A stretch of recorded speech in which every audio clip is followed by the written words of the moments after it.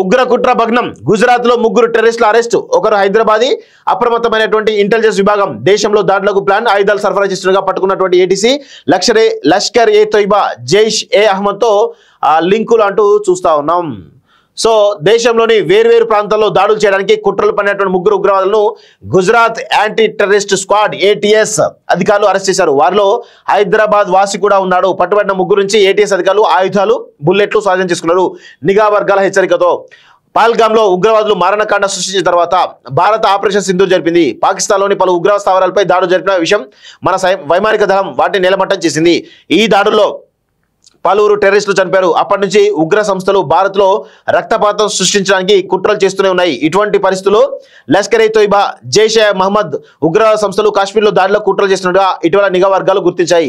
అన్ని రాష్ట్రాల నుంచి పోలీసులు అప్రమత్తంగా ఉండాలని సూచించాయి. ఈ క్రమంలో గుజరాత్ ఏటీఎస్ అధికారులు ఉగ్రవాద కాలికలపై నిఘా పెట్టారు.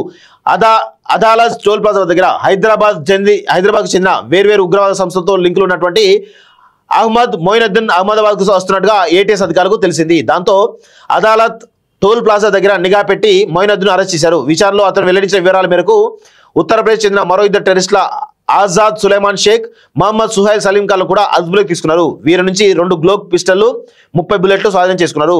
చైనాలో ఎంబీబీఎస్ అట. పట్టుబడ్డ ఉగ్రవాది అహ్మద్ చైనాలో ఎంబీబీఎస్ అయినట్టుగా ఏటీఎస్ విచారణ వెల్లడింది. చదువు పూర్తి చేసిన తర్వాత హైదరాబాద్ తిరిగి వచ్చి టెలిగ్రామ్ యాప్ ద్వారా ఉగ్రవాద సంస్థతో సంబంధాలు ఏర్పరచుకున్నట్టు తెలిసింది. దాంతోపాటు పలువురు ఉగ్రవాదులతో అతను టచ్ లో ఉన్నట్టు అర్థమైంది. ఆయుధాల సరఫరా మొయినుద్దీన్ ఆయుధాలు సరఫరా చేయడానికి అహ్మదాబాద్ కు ప్రయాణమైనట్టు ఏటీఎస్ విచారణ తెలిసింది. మొదట గుజరాత్ లోని కాలోల్ వెళ్లి అక్కడ ఆయుధాలు తీసుకున్నట్టుగా వెల్లడింది. అప్పటికే ఆజాద్ సులైమాన్ షేక్, మహమ్మద్ సుహైల్ బనస్కంతా ప్రాంతంలో అతను రాక్ కోసం ఎదురు చూస్తున్నారు. పక్కగా సమాచారం సేకరించిన ఏటీఎస్ పోలీసులు మొదట మొయినుద్దీన్ ను అరెస్ట్ చేశారు. అతను వెల్లడించిన వివరాలతో బనస్కంతకు వెళ్లి మిగతా ఇద్దరిని అదుపులోకి తీసుకున్నారు. దేశవ్యాప్తంగా దాడులకు కుట్రాట.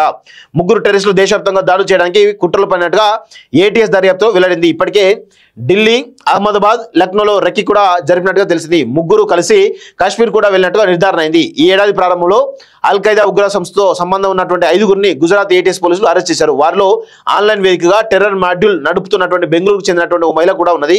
వీరితో తాజాగా అరెస్ట్ అయిన ముగ్గురికి సంబంధాలు ఉన్నాయా అనే కోణంలో కూడా ఏటీఎస్ అధికారులు విచారణ జరుపుతున్నారు. మన పోలీసులు అలర్ట్ అయ్యారంటూ చూస్తా ఉన్నాం. కాశ్మీర్ లో విస్తృత తనిఖీలు. సో ఇక ఉగ్రవాద దాడులు జరుగుతున్నాయి అంటేనే ఇదంతా జరుగుతూ ఉంటుంది. సో ఇంకా పాకిస్తాన్కు బుద్ధి రాలేదు.